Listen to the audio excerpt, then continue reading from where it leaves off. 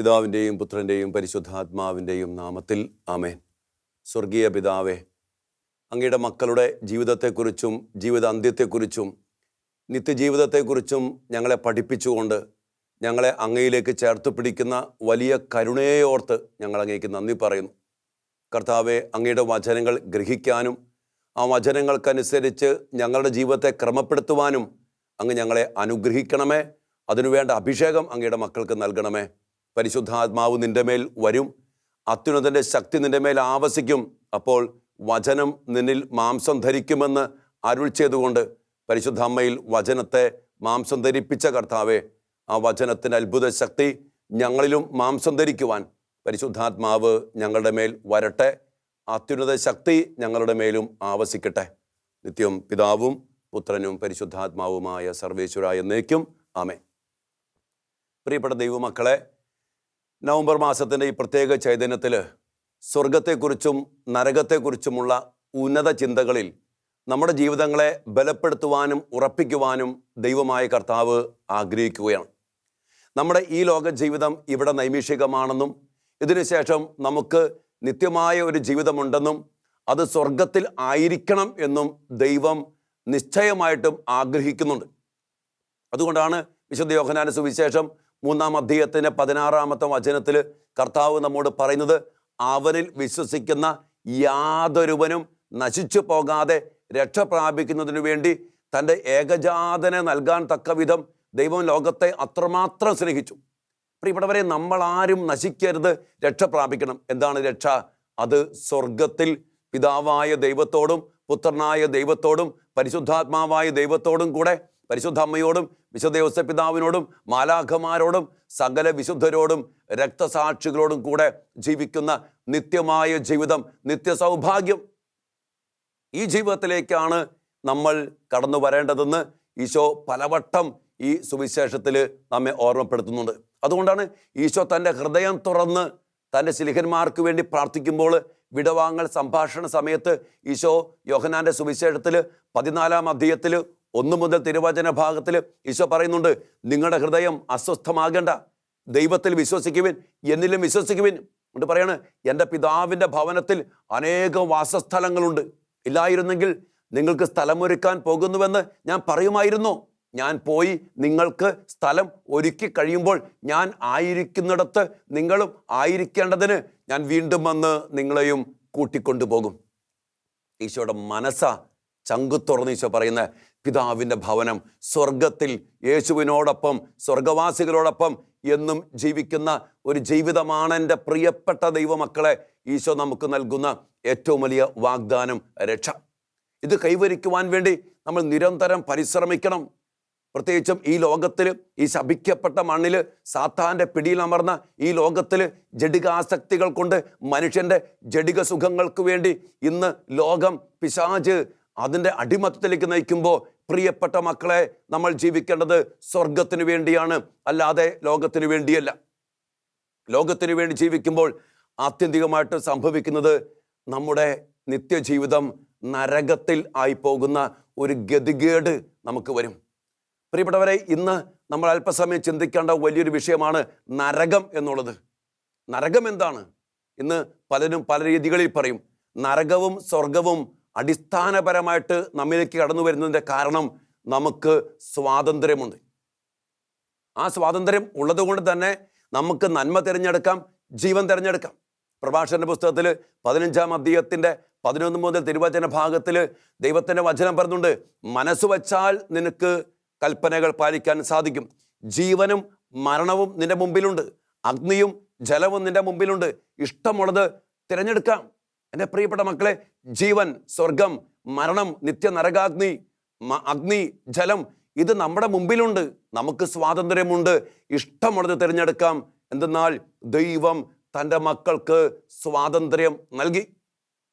നമ്മൾ അടിമകളല്ല, നമുക്ക് തിരഞ്ഞെടുക്കാം. എന്നിട്ട് കൃത്യമായ കാര്യങ്ങൾ ദൈവമായ കർത്താവ് പഠിപ്പിക്കുക. മക്കളെ, ഇതാണ് വഴി. ഈശോ പറഞ്ഞില്ലേ, ഞാനാണ് വഴി, ഞാനാണ് സത്യം, ഞാനാണ് ജീവൻ. യേശുവാകുന്ന വചനത്തിലൂടെ, ആ വചനമാകുന്ന വഴിയിലൂടെ നമ്മൾ ചരിക്കുമ്പോൾ പ്രിയപ്പെട്ടവരെ, നമ്മൾ പിതാവിൻ്റെ ഭവനത്തിൽ എത്തിച്ചേരും. അതുകൊണ്ട് നമുക്ക് സ്വാതന്ത്ര്യമുണ്ട്, നമ്മൾ അടിമകളല്ല. നമ്മളെ ദൈവം സൃഷ്ടിച്ചത് അടിമകളാക്കിയിട്ട് അല്ല, പിന്നെയോ സ്വതന്ത്രരാക്കിയിട്ട്. നമുക്ക് സ്വാതന്ത്ര്യമുണ്ട്, തിരഞ്ഞെടുക്കാം. ആ തിരഞ്ഞെടുപ്പിൻ്റെ സ്വാതന്ത്ര്യം ഉള്ളതുകൊണ്ട് തന്നെ നമുക്ക് സ്വർഗമുണ്ട്, നരകമുണ്ട്. ഇനി നരകത്തെക്കുറിച്ച് ഈശോ പറയുമ്പോൾ വിശുദ്ധ മാർക്കോസിൻ്റെ സുവിശേഷത്തിൽ 9-ാം അധ്യായത്തിൻ്റെ 42 മുതൽ തിരുവചന ഭാഗത്തിൽ വളരെ സ്നേഹത്തോടെ ഈശോ പറയുന്നുണ്ട്. സ്വർഗത്തിൽ പോകാൻ വേണ്ടി തൻ്റെ മക്കൾ ചെയ്യേണ്ട കാര്യം പറഞ്ഞിട്ട് പറയാണ്, മക്കളെ ദുഷ്പ്രേരണയ്ക്ക് കാരണമാകരുത്. ഈശോ പറയാണ്, നിന്റെ കണ്ണ് നിനക്ക് പാപഹേതുവാകുന്നെങ്കിൽ അത് ചുടന്നെടുത്ത് എറിഞ്ഞിക്കള. നിന്റെ കൈ നിനക്ക് പാപഹേതുവാകുമെങ്കിൽ അത് വെട്ടിക്കള. നിന്റെ കാല് പാപത്തിലേക്ക് നടത്തുന്ന കാലാണെങ്കിൽ മുറിച്ചുകള. എന്നിട്ട് ഈശോ പറയാണ്, ഇരു കണ്ണുകളോടും ഇരു കൈകളോടും ഇരു കാലുകളോടും കൂടെ നിത്യ നരകാഗ്നിക്ക് ഇരയാകുന്നതിനേക്കാളും ഭേദം. ശ്രദ്ധിച്ചേ, നിത്യ നരകാഗ്നി, നരകം.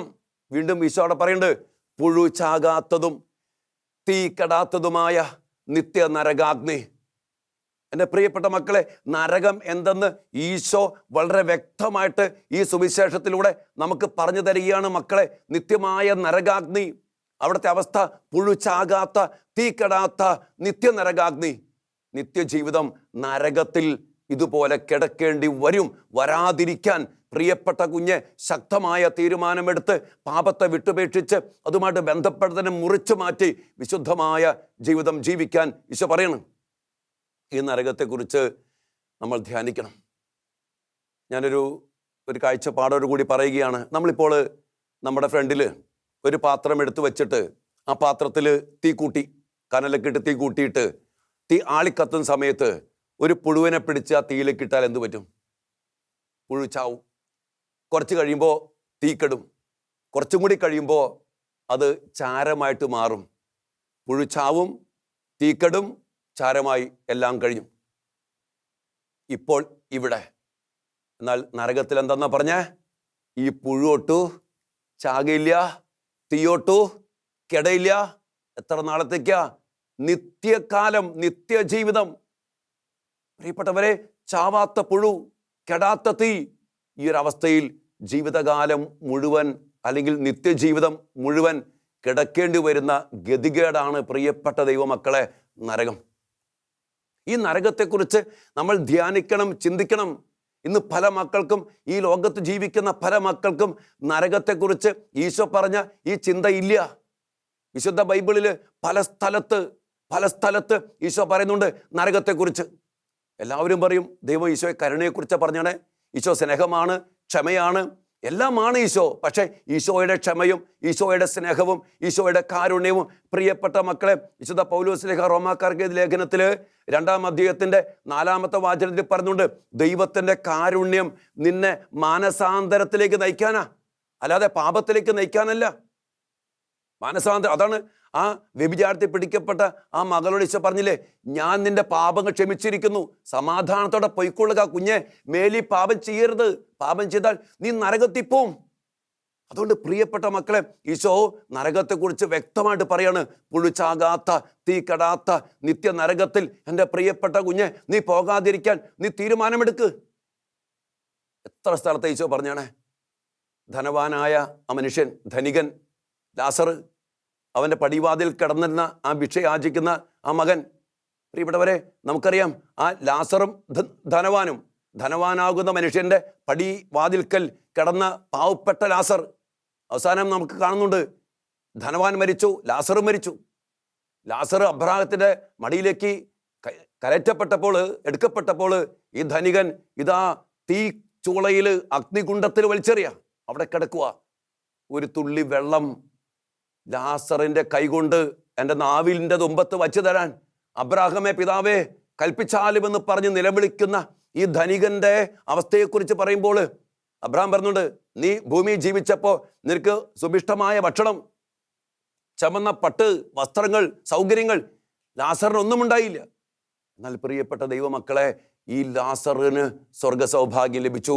ഇവിടെ ഈ ധനികനായ മനുഷ്യൻ ലോകത്തിൻ്റെ പിന്നാലെ, ജഡത്തിൻ്റെ പിന്നാലെ, പാവപ്പെട്ടവനെ അവഗണിച്ച് ഇഷ്ടം പോലെ ജീവിച്ചതിൻ്റെ ഒറ്റ അടിസ്ഥാനത്തിൽ ഇവൻ നരകത്തിൽ കിടക്കുന്ന ഗതികെട്ട അവസ്ഥ ഈശോയുടെ നരകത്തെക്കുറിച്ച് വ്യക്തമാക്കി നമുക്ക് പറഞ്ഞു തരികയാണ്.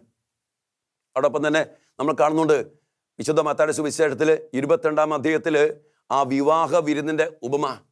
അവിടെ ക്ഷണിക്കപ്പെട്ടവർ വന്നില്ല. ഇതൊരു വലിയൊരു ചിന്തയാണ് പ്രിയപ്പെട്ട മക്കളെ. നമ്മൾ ക്ഷണിക്കപ്പെട്ടവരാ, സ്വർഗരാജ്യത്തിലേക്ക് ക്ഷണിക്കപ്പെട്ടവർ, സ്വർഗരാജ്യത്തിലെ വിരുന്നിലേക്ക് ക്ഷണിക്കപ്പെട്ടവർ. ആ ക്ഷണിക്കപ്പെട്ട പലരും ആ വിരുന്നിലേക്ക് വന്നില്ലെന്ന്. ഇന്ന് പല മക്കളും അതാ ചെയ്യണേ. സ്വർഗത്തിൻ്റെ വിരുന്ന് വേണ്ട, സ്വർഗത്തിൻ്റെ സൗഭാഗ്യം വേണ്ട, സ്വർഗത്തിന് വേണ്ടി ജീവിക്കണ്ട. പിന്നെ കല്യാണം കഴിച്ചു, കാളകളെ വാങ്ങി, വയൽ വാങ്ങി, അതിൻ്റെ പിന്നാലെ ഓടിപ്പഞ്ഞുകൊണ്ടിരിക്കുക. അവസാനം ദൈവമായ കർത്താവ് യജമാനൻ വഴിക്കവലകളിൽ അങ്ങനെ പലരെയും വിളിച്ചു കൊണ്ടുവന്ന് വിവാഹശാല നിറയുകയാണ്. ആ നിറയണ സമയത്താണ് യജമാനൻ കടന്നു വരുമ്പോൾ ഇതാ അവിടെ ഒരുവൻ വിവാഹ വസ്ത്രമില്ലാതെ ഇരിക്കുന്നു. വിവാഹ വസ്ത്രം. എൻ്റെ പ്രിയപ്പെട്ട മക്കളെ, സ്വർഗ സൗഭാഗ്യത്തിന് അർഹരാകണമെങ്കിൽ നമുക്ക് വിവാഹ വസ്ത്രം വേണം. വിവാഹ വസ്ത്രം എന്ന് പറഞ്ഞാൽ വിശുദ്ധിയുടെ വെള്ളവസ്ത്രം. നമ്മൾ മാമോദീസ സ്വീകരിച്ചപ്പോൾ നമുക്ക് ലഭിച്ച ഒരു പരിശുദ്ധിയുടെ വെള്ളവസ്ത്രമുണ്ട്.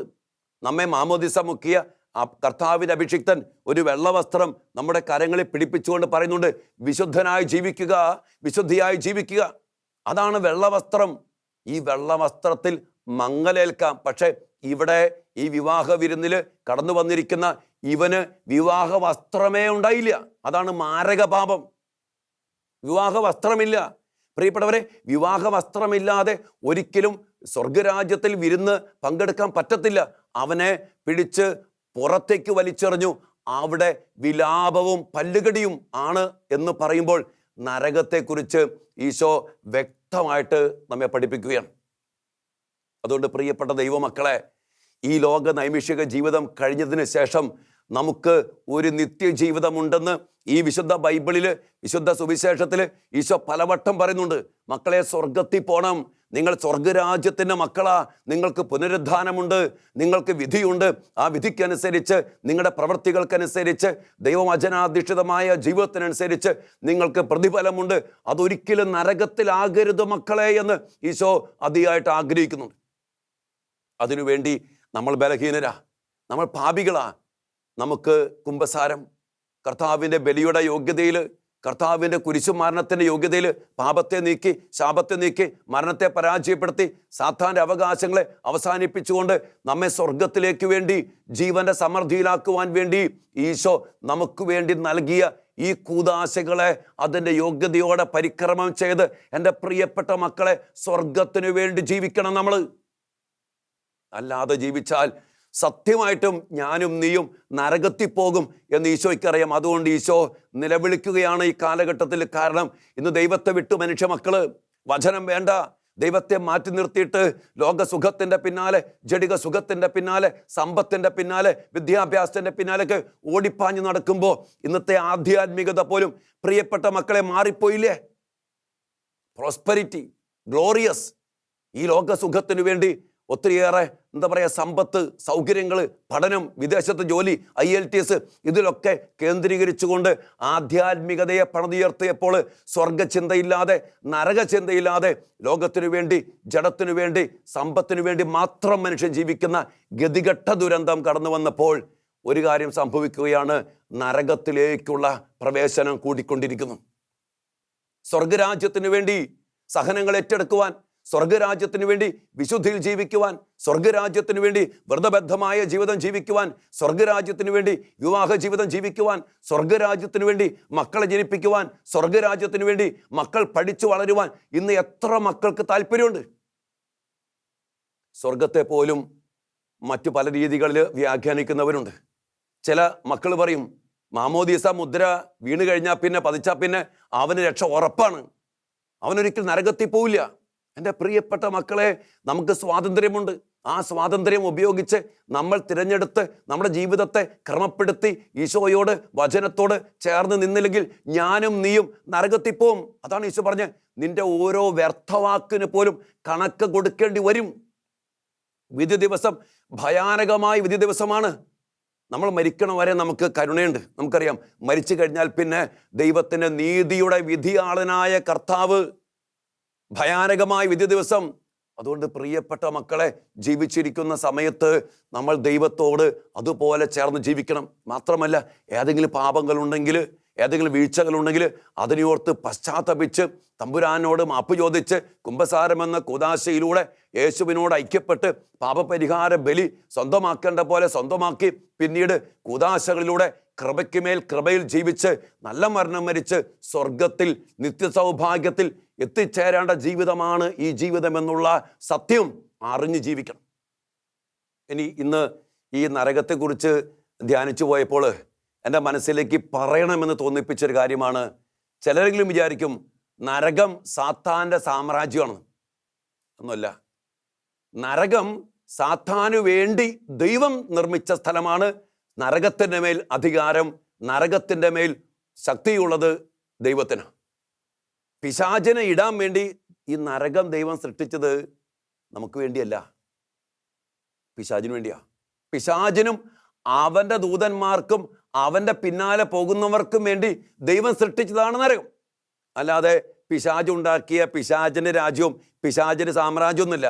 നരകത്തിൻ്റെ മേലും ദൈവത്തിനാണ് പരമാധികാരം. ആകാശത്തിലും ഭൂമിയിലും പാതാളത്തിലുമുള്ള എല്ലാ മുട്ടുകളും യേശുവിൻ്റെ മുമ്പിൽ വണങ്ങും. നമുക്കറിയാം എത്ര സാത്താന്മാരാ പിശാചുക്കളാ യേശുവിൻ്റെ മുമ്പിൽ താണു വണങ്ങി കർത്താവേ ഞങ്ങളെ പുറത്താക്കല്ലേ എന്നൊക്കെ പറയും നമ്മൾ കാണുന്നുണ്ട്. എല്ലാത്തിൻ്റെ മേൽ ശക്തമായ അധികാരമുള്ളവരാണ് യേശു ക്രിസ്തു. അതുകൊണ്ട് നരകം പിശാചിൻ്റെ ഒന്നല്ല. പക്ഷേ പാപം ചെയ്ത് ദൈവകൽപ്പന ലംഘിച്ച് അഹങ്കരിച്ച് ദൈവത്തെ മറന്ന് ദൈവത്തെ വിട്ടു ജീവിക്കുന്നവർക്ക് ദൈവം നിർമ്മിച്ച സ്ഥലമാണ്, സാത്താനു വേണ്ടി നിർമ്മിച്ച സ്ഥലമാണ് നരകം.